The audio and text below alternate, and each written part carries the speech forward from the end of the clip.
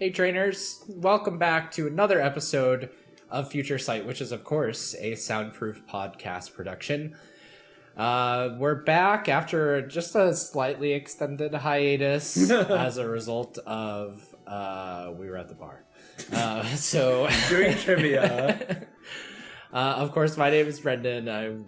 Jake is joined by me in his house. In my newly renovated house. In his newly renovated nice. house. It has nice new floors. Oh, you can kind of tell from here. Like if you had like a slightly angle-ish where you can see his floors a little darker. Anyway, that's for the true lore experts. There we go. Of soundproof. But we're here with another match here. Of course, we're continuing to blaze our way through Series 3. Which has kind of undergone what I think a bunch of really interesting metagame developments, finally, where we were kind of like stalling on Palance for a really long time, and people weren't really ready to give up to Nozo yet, but we're finally starting to see a little bit more creative team building, and I think it's actually a really good format as a result of that, so that's cool. I enjoy it. It's been fun to spectate and fun to play and fun to cast over. Like, I understand the sentiment that like Flutter made it 70, like a boring whatever, 70% usage rather. But I think that's more just, I don't know, Flutter main's good. I don't think it's really a problem. All the formats have good Pokemon. Yeah, exactly. Like what was Incineroar usage? High. Always, right? Always high. And there's like it's so like broken or whatever. I don't know. It's just good. It seems very easy, not easy, but it seems reasonable to handle. Like it's not blowing up everything all at once. Yeah. That's true. I agree with you. Yeah. I think it's fine.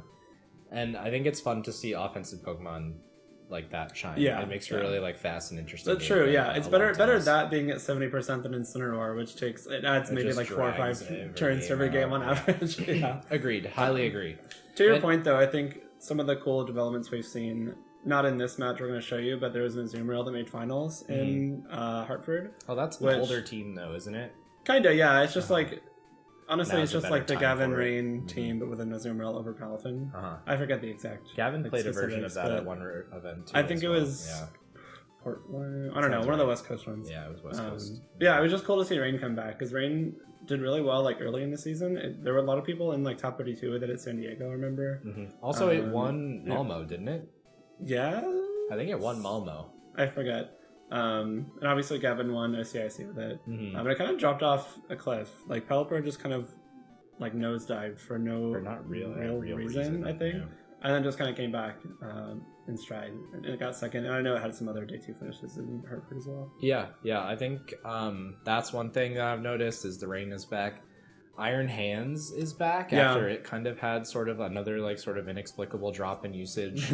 Chi-Yu has started to show up a little bit more after it was kind of absent in early season 3, even though like during series 0 everybody was just spamming Chi-Yu Flutter Mane. Now that's started to come back around. To that point, I realized when I was putting this together that we haven't had Iron Hands on Future Sight. What? Until today. This is the first time Iron Hands has been on Future Sight. That's bizarre. Yeah. Spoiler alert. It's weird. But yeah, all the sort of things, it's an interesting format. And I think going into NAIC, there's a lot of like really interesting ways that it would go.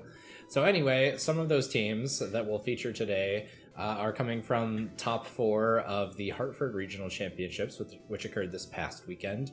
And it is one name that we've featured on this show before. At least once. Which you probably more, right? Which you ought to know at this point if you have followed VGC at all. Of course, that is Wolfe Glick, who probably lays claim to the best player of all time title at this point. He's got he was pushing here for his 8th regional championship. He has 7, yeah. He was saying on stream he was hoping for 10. That was his goal. It was fun. And then he's gonna retire. So I don't know. He said he was saying he wanted to get to 10 before. That would be really cool. Yeah. That would be like untouchable by anyone except Paul Chua. Yeah. So of course Wolfe, he's a former world champion, he's a former national champion, he's a former regional champion, and Shiliang Tang is a little bit of a newer player that has been performing pretty well on the American circuit. I think he's had a number of day 2s, although has been lacking like a big cut finish. Sounds right.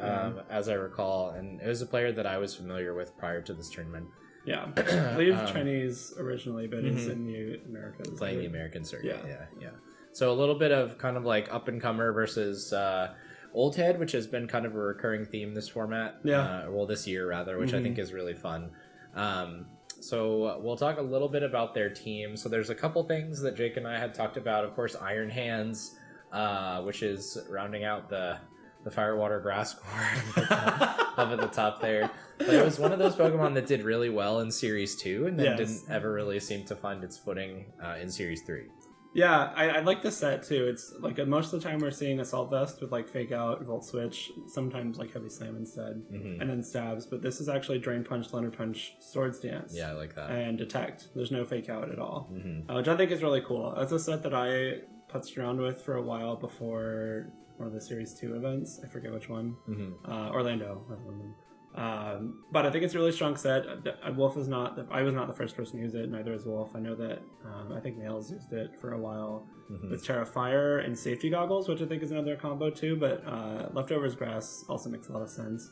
You kind of give up the burn immunity for Amoonguss immunity, which is very valid, and also resisting water. Resisting water is very valuable too in a meta that has Palafin all over it and now Azumarill. So I think it's great. Yeah, and I think Chiyu Gyarados is another kind of like combination that is starting to go up because it's like splitting Arcanine in half, but getting like two Pokemon that do like offensive things a little bit better than Arcanine. And also like play into Arcanine very well. That's you. I think like Chiyu Gyarados balance is the term I've been hearing like thrown around, and this is a really good example of that theme, kind of theme. Definitely. And then over on the other side, a lot of familiar faces, but some of the sets that are being used are a little bit different. And I think in particular, the one that's going to kind of jump out, well, there's kind of two.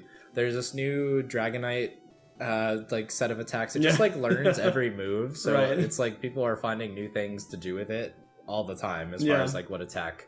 Like it was using the Terraflying Terra Blast stuff for a while. And now people are digging into multiple priority moves. Outrage is like a frequent flyer now, so there's some really cool things on Dragonite that's going on.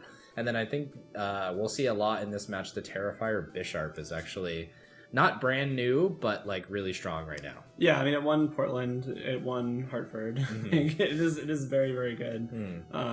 One, because it does really well into Arcanine, like taking advantage of Intimidate and not being burned is great. Fire is just a really good defensive typing all around. And King Gambit just has access to like kind of the perfect set of coverage moves. This one is, I think, Sucker Punch, Iron Head Assurance, Low Kick.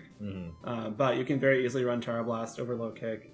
You can run Kowtow Cleave over Assurance if you want. Like its coverage is really hard to get around. And even something like Iron Hands, which does really well into like the stabs of King Gambit, like we'll see Low Kick do a big chunk to it in this match. So like it's easy to hit pretty much anything you want. And the Sucker Punch is way stronger than you expect, even without like the Black Glasses, Terra Dark, like it just has so many stats. It's just like unbelievable. So putting in Assault Vest, like having another way to not get burned, and then also getting the opportunity to put Assault Vest on it is like pretty insane. Okay, that's all I wanted to talk about. Okay. Did you have anything else? Okay. Not really. I think well, we like hinted at the Dragonite. The like cool part of the Dragonite is the Aqua Jet. That's kind of the newest tech. The first person I saw with it was Nails in Vancouver or Portland. One of those, I forget. Portland was more recent. We'll go with that one. Yeah, it was on his snow team. Okay. It was Aqua Jet, Extreme Speed, Outrage. I think it had either Sleep Talk or Tantrum. I forget. This one has Stomach Tantrum there, but like you said, Outrage is popping up. And I think that in general, that's like a very Nails set to me, because he's always one to like pull out unique techs that end up being like super smart if you like step back and think about it. So it makes a lot of sense. They're all very team specific, I think, too. He's just such like a smart builder. But the point of Aqua Jet being you can lock into a priority move that still hits Flutter Mane, I think is the main thing. Because obviously your turn normal Extreme Speed, which is like the optimal scenario if you can just throw that in a bunch. But if you want to hit Flutter Manes, or you want to not be punished by Terra Ghost, Aqua Jet's still a decent option. So I think it's cool. It comes into play here too. All right, cool. Let's fire it up then. We got both leads out on the field here, and we kind of know that King Gambit is like pretty like well designed to handle specifically that lead. Yeah, especially Terrifier, which we're going to see right off the bat, like smartly. So there's not a whole lot that can punish the Terrifier. Like Gyarados Waterfall does a little bit more, but it's not going to do a ton. and you're still weak to Ting Lu regardless. Like, why not? Well, that is a bulky Chi-Yu they're basically gonna trade focus sashes with each other there. But I think one of the things that's a little bit scary, and I think that this sort of idea pops up a lot, is that when you have Chen Pao next to something that's bulky and also a physical attacker, that combination of things is like really, really scary. Yeah, especially because now you're not investing in attack with like an item or a Swords Dance or something, but you still get the Sword of Ruin boost. So like you said, it's bulky and strong, artificially strong because of the Chen Pao, but still, like the output is there, and it's really what you need. It's pretty nasty, and we see Wolfe bring his Iron Hands in, which is basically going to be like his best shot at winning this match, and I think we see him play around it pretty constantly to the point where obviously Iron Hands has a natural enemy of Arcanine, where Wolfe just kind of lets it get burned a couple times and trade Swords Dances for the burn and try and generate offense that way. I think that's fine. Like the whole point of like leftovers Swords Dance, Terragrass, Iron Hands is that you're trading the ability to get burned by running Terragrass, which is Swords Dancing in front of Arcanine. Like you're not going to be taking much from Flare Blitz. You're pretty bulky, and they don't really invest in attack a whole lot of the time. And any damage you do take, you can just Drain Punch off. After a Swords Dance, the burn is negated entirely. So like, why not? Like you still get the benefit, especially with leftovers too. If you're not even safety goggles, like the burn damage gets immediately healed back. So I think it's cool. Yeah, definitely. We're gonna see him do just that right here, as it's not gonna take all that much damage from the King Gambit. But the Iron Hands, I think Shiliang knows that like he kind of has to whittle it down. That he's not gonna be able to just blow it up. Especially with Terragrass, where like Fluttermane is kind of like one of those natural enemies of it, but he's not really even looking in that direction to try and deal with it right now. It's just kind of like burn it, leave it there for long enough to deal with all of its friends, and then like come back later. Yeah, and I think the point of going for Ironhead into that slot too is that you're not getting a whole lot of damage on it this turn regardless, and if you happen to catch the Fluttermane switching into a Will-O-Wisp, like you're in so much of a better spot. But I think it still makes sense. Now that you have the Iron Hands burned, you really don't want to ignore it still, because it's what, second Swords Dance now? It's a plus 3 or 4, I forget the kind of 3. But even then, like, now you have a point where, okay, now it's going to be doing a little bit more damage. But before then, it's realistic to kind of ignore it for a little while, because you did get it burned and intimidated. So. Right. And I think at this point, it might actually be an Outrage range, which is like insane to think about. Because that is such a bulky Pokemon. But Choice Band Dragonite with like a stab, like 120 base power move is pretty nasty. Okay. And we've talked about this on this show before in the context of Grey Tusk, where like, it almost doesn't matter what stats you have if you're throwing out 120 base power moves. Right. I really like this switch into Chen Pao here for 2 reasons. One, the Stumping Tantrum was boosted because it Stumping Tantrum into the Dragonite switch. So you're letting the thing that was at 1 HP take the boosted Tantrum, which I think is really smart. And also, the Ting Lu taking 1 Stomping Tantrum with the Sword of Ruin boost versus it not having that boost is, I think, a really like important bit of damage that you get. Because now it's definitely in like Flare Blitz range or like Assurance or Iron Head range, whereas before you might have had to target it with something else as well. So now the Dragonite threatens really all 4 things with Stomping Tantrum. Like the Fluttermane's not going to take too much, but it's still a Choice Band Tantrum. The Chi-Yu obviously gets knocked out. It was at like red health. But the Tantrum is super effective into both of these things in the field now. So this Dragonite, I think, is a lot more well-positioned now because of that sort of Ruin Tantrum as opposed to otherwise. And now I don't know, I think you don't need the Chen Pao a whole lot anymore just because you've gotten that damage off. I just thought that was a good switch in particular from Shiliang. Oh yeah, definitely. I think a lot of times when you trade 1 HP Pokemon for attacks like that, but I think playing around the sort of Ruin boost specifically makes it like a particularly nasty switch. Yeah. All right, so Wolfe is basically in this like very strong defensive position with the exception of like Stomping Tantrum Dragonite existing, but this is like kind of, you can see a game plan that he's used a lot where it's just like, I'm gonna throw these like weird defensive terras at you, I'm gonna get a couple of Sword Stances, and then I'm gonna try and generate like slow amounts of damage with the Iron Hands over some amount of time. But Shiliang just has like so many tools to deal with this specific combination, and I think the latest version of that is Stomping Tantrum Dragonite, which is kind of like staring down now. The Thunder Punch and the Dragonite, like the damage is fine, but I think more relevantly it breaks multi-scale. So if you are Shiliang, especially given that your Chen Pao's down now, you do have to worry about the Fluttermane a little bit. Like that's got to be in the back of your mind for the rest of this game, because if you let everything get chipped too much, the Fluttermane I believe is still at full health. And so it's going to be able to come in and like Dazzling Gleam to finish you off. Like, obviously the King Gambit is still very healthy, and that's going to be a stop to it as well, but it's like, especially now that Arcanine is low, like, it's just something that has to be considered, whereas before with the multi-scale still up, you could be a little bit more loose, I think. And Chiyu is going to come in, which is kind of like maybe slightly less effective version of what happened with the other like the opposing offensive Ruin Pokemon, where it's going to come in and take a Flare Blitz, but there's not really a whole lot being done as it switches in. It's just to like sort of like waste one turn and then be able to pivot into Flutter Mane. Yeah, and now you do get Flutter Mane in, which is nice. Both these things are in Dazzling Gleam range. The Chien-Pao, it's not updated, but it is knocked out, so you don't have that to sacrifice for a swap anymore. So I think at this point, like, I don't know, like Protect swap to King Gambit is kind of telegraphed, but even at the same time, like, I don't know how that gets punished other than like a very aggressive like Shadow Ball Tantrum into that slot. Yeah. But I don't know. Right, and I think you could potentially even just like Stomping Tantrum a slot too. Yeah. Where you're probably not knocking it out, but that's probably your best way of getting damage onto it. And I think you and I discussed a little bit, and or we'll let our viewers in on it now, is that Wolfe kind of has a little bit of trouble throughout this match finding defensive footing or offensive footing. Yeah, right? Is like it's hard for him to generate enough damage into this specific combination. I think. Yeah, the double really just types. the King Gambit, and it's such that this past turn he probably needed to find a way to get the damage onto it. Like that was the best offensive position he'd had this game. And like you said, it was a pretty telegraphed switch such that he probably could have thought about trying to find a way to punish it. It's just really hard to do. It's hard to, because if Shiliang tries to read that, you can just extreme speed the Tinglu and it gets knocked out like before it can tantrum. So that's a it had to be locked in. It was locked in already? It was locked in that turn, right? No, with Arcanine. Oh, okay. Yeah, it was. You're right. But now, like, the Arcanine gets like it gets some damage off before it gets knocked out by the Drain Punch, but that Iron Head's a KO no matter what on that turn. Like, you can't knock out the King Gambit with the Iron Hands and the Flutter Mane. And obviously Flutter can't protect, so something gets knocked out by that Iron Head. You just kind of have to pick if you're Wolfe. I think that's the right pick. I think you really need Flutter Mane for the Dragonite. But at the same time, like, now the Dragonite comes back in with a fresh like choice lock that you can lock into whatever you want. You know that Flutter Mane has to attack, so like Sucker Punch is very much on the table.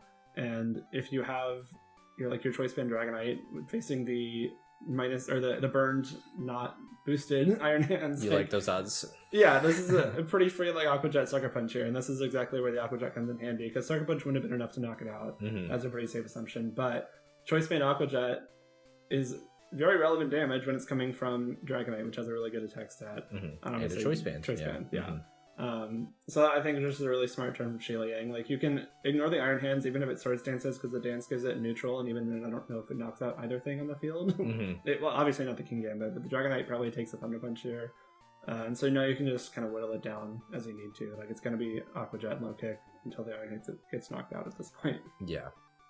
That feels like a really greedy Swords Dance. I don't think you're ever surviving. I don't think he's playing to try and win the game anymore. That's fair. I'm pretty sure he takes like a really long time with these last 2 or 3 turns, because he's obviously trying to think of a way that he can actually like get a foothold. And we sort of saw like some of the idea, I think, behind what he's trying to do. I was actually a little surprised by how offensive the lead was, because it seemed kind of like he pivoted away from trying to get damage down.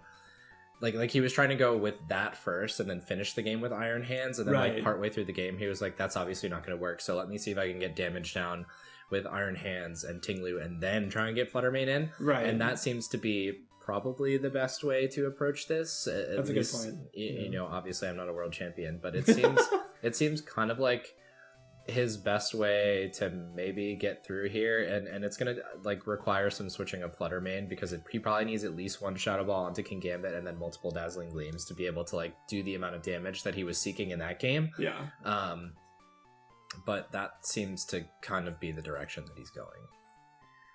No, I don't think there's a whole lot that, I don't know, I think that's a really good point that I hadn't really thought of, is that Wolfe kind of pivoted game plans on the fly, which ended up not working out just because Shiliang had already gotten a lot of damage out before Wolfe could.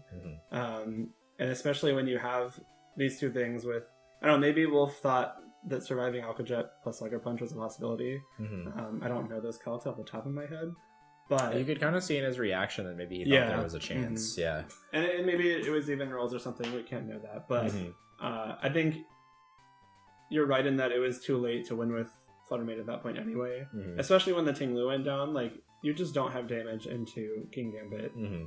if you also want to be damaging Dragonite. Right. Like, you have to Shadow Ball the King Gambit, but then you're losing out on the fairy damage into Dragonite, and then Iron Hands isn't doing anything because King Gambit's got pretty good defense and it's burned.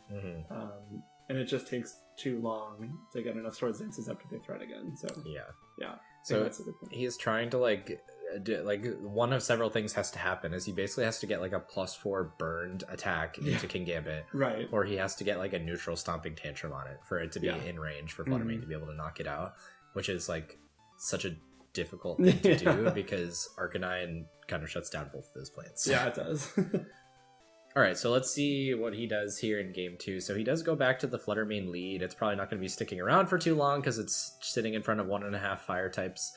But we've seen that in game 1, Wolfe is fine to just kind of leave Iron Hands in front of this combination because he knows it's not threatened with being knocked out, but he is going to have to trade a Swords Dance for a burn again. Yeah, and at the same time, I think a lot of damage into the Flutter Mane slot. Right, and at the same time, I think that this is a very easy, like, immediate terrestrialization from the King Gambit. Every game. Like, yeah. There's no world in which you need a different Terra, I think, if you're Shiliang, just because that fire typing is so valuable. And like you said, a lot of damage for free into that Ting Lu. You can kind of see the difference between the damage in, like, with the Sword of Ruin and without it. I believe the Champ stays behind this game. But getting that much damage off the bat, I think is really good because now you don't have to worry about the Ting Lu as much as you would have before. And more importantly, you don't care about those Swords Dance on turn 1 because you can just burn it the next turn. Right, you're and nothing's always going to be faster threatening than- anyway. Right. And that's a huge low kick too because I think in game 1, Wolfe immediately terrestrialized the Ting Lu into poison, which I guess Shiliang could have tried to read, but that I don't know if you have to make that read on this turn, right? No, I don't think just you do wasn't at an all. issue. Yeah. Although, I mean, I guess you are potentially giving over a Stomping Tantrum into King Gambit if you do, like, miss that. Yeah, but... Which is, like, one of the Flutter Mane win cons that we talked about. Yeah, that's fair. But I think at the same time, though, you get the Terra out. Yeah, I don't know. That's a fair point. That's a big survival, too. Just misses the KO. This is a situation where the Terra could have been detrimental, but missing that KO is big because that's a lot of damage on low kick, especially into the +3 Iron Hands now. And this is where Iron Hands starts to get a little bit scary, even when it is burned. But that low kick damage is so good because now it's probably in range for something like a Choice Band Extreme Speed, a Flare Blitz plus some chip or something like that. So that's a really big survival there, despite the fire typing, which ended up not coming around to hurt Shiliang. Yeah, and I think something that's kind of interesting to note is that on the flip side is that Gyarados is here this game, which is like, you know, he sought out another way to find damage onto King Gambit, and also it's in Dazzling Gleam range. Right. So he is, like, basically for the first time has the opportunity to knock it out. Yeah. I don't think it was ever even threatened in game 1. No. But the tricky thing about King Gambit specifically is that you always have to trade a Sucker Punch in order to do damage to it. And like obviously this. That's a lot of Flutter damage. Mane does not appreciate. No, not at all. The Dragonite coming in, getting paralyzed is pretty nice, specifically because it opens up this, where you can try and, like, waterfall Thunder Wave it. And also we're seeing that it's slower than Iron Hands now, which is going to be useful for Wolfe if it doesn't want to lock into, like, Extreme Speed or Aqua Jet. Immediately paying off. Like, the Thunder Wave Waterfall combination on Gyarados is good because Waterfall's decent damage. Thunder Wave is nice speed control, but more importantly, you have the option to fish for things like this where the Dragonite just doesn't move.